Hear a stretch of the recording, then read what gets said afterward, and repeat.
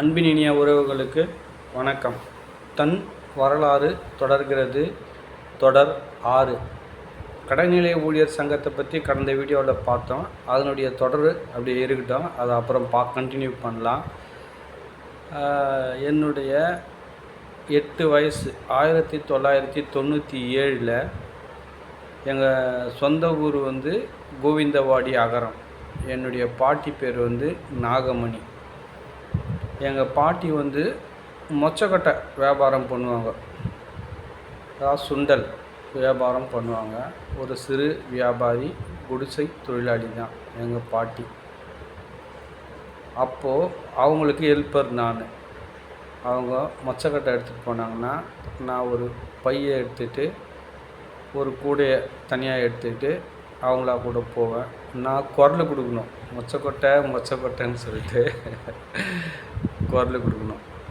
அப்போ பண்ட மாற்று முறை, நாங்கள் ஒரு ஆழாக்கு மொச்சக்கொட்டை கொடுத்தோம்னா அவங்க ஒரு ஆழாக்கு நெல்,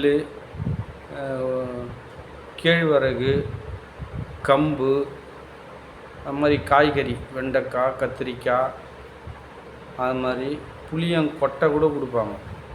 அந்த மாதிரி பண்ட மாற்று முறை அப்போது.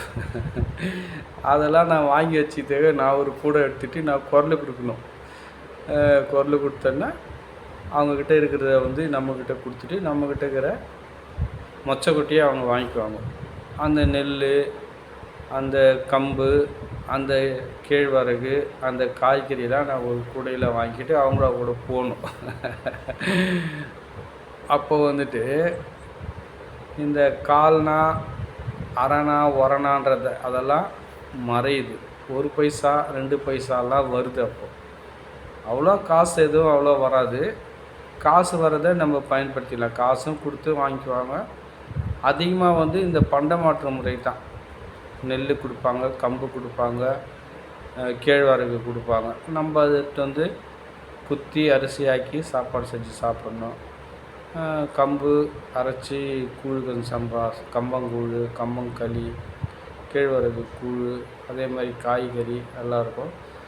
காசு வர்றது காசை வச்சுட்டு மறுநாளுக்கு வியாபாரத்துக்கு தேவையான மொச்சையை வாங்கி அவிச்சு காலையில் வியாபாரம் பண்ணணும். இது ஏன் நான் இது பண்ணுறேன்னா, தன் வரலாறில் என்னுடைய நினைவு வரதை நான் உங்ககிட்ட ஷேர் பண்ணேன். அதனால் இந்த காணொலியில் இந்த பண்ட மாற்று முறையை என்னுடைய 8 வயதில் நான் பார்த்தேன். பழக்கம் இருக்குது. அது எத்தனை பேருக்கு இப்போ தெரியுன்றது தெரியல. வயதானவங்களுக்கு தெரியும். இப்போ இருக்கிற யங் ஜென்ரேஷனுக்கு இது தெரியறதுக்கு வாய்ப்பு இல்லை. அவங்க தாத்தா பாட்டி எதனா ஒரு கதை சொல்லியிருந்தால் அவங்களுக்கு தெரிஞ்சிருக்கலாம். அதை தான் இந்த காணொலியில் நான் தன் வரலாறில் பதிவு பண்ணுறேன்.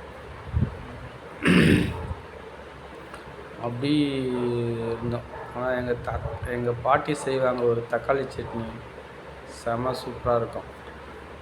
மண் சட்டி, கட்டை அடுப்பு போட்டு இந்த மாதிரியான தக்காளி சட்னி இன்றைக்கி வரைக்கும் நான் சாப்பிடல. எங்கள் பாட்டி, நாகமணி பாட்டி அவங்க செய்வாங்க. அவங்க ரொம்ப தீவிரமான எம்ஜிஆர் ரசிகர். அவங்க எம்ஜிஆர் படம் வந்துச்சுன்னா எங்களை கூப்பிட்டு போவாங்க. அவங்களா கூட போய் படம் பார்த்ததெல்லாம் ஒரு ஜாலி தான், ஒரு சந்தோஷம். எங்கள் அப்பாவுக்கு தெரியாமல் கூப்பிட்டு போவாங்க, எங்கள் தாத்தாவுக்கு தெரியாமல் கூப்பிட்டு போவாங்க. சினிமாவுக்கு போயிட்டு மாட்டிக்கினோம்னா அவங்ககிட்ட எப்படி எஸ்கேப் ஆகும், அடி வாங்குவோம். எங்கள் தாத்தா தடி கொம்புலேயே அடிப்பார். செல்லமாக கூப்பிடுவார், என் பட்டு, என் ராஜா, எங்கடி போனேன், இங்கே வாப்பா செல்லம் அப்படின்னு கூப்பிட்டு கேட்டுருவார். கேட்டு தெரிஞ்சுக்கிட்டு தடி கொம்பு அடிப்பார் பாருங்க. அதெல்லாம் மறைக்கவே முடியாது வாழ்க்கையில். அதெல்லாம் ஒரு நினைவு கொண்டது உங்களோட ஷேர் பண்ணிட்டேன். இந்த அனுபவம் எத்தனை பேருக்கு இருக்கும்ன்றது தெரியல.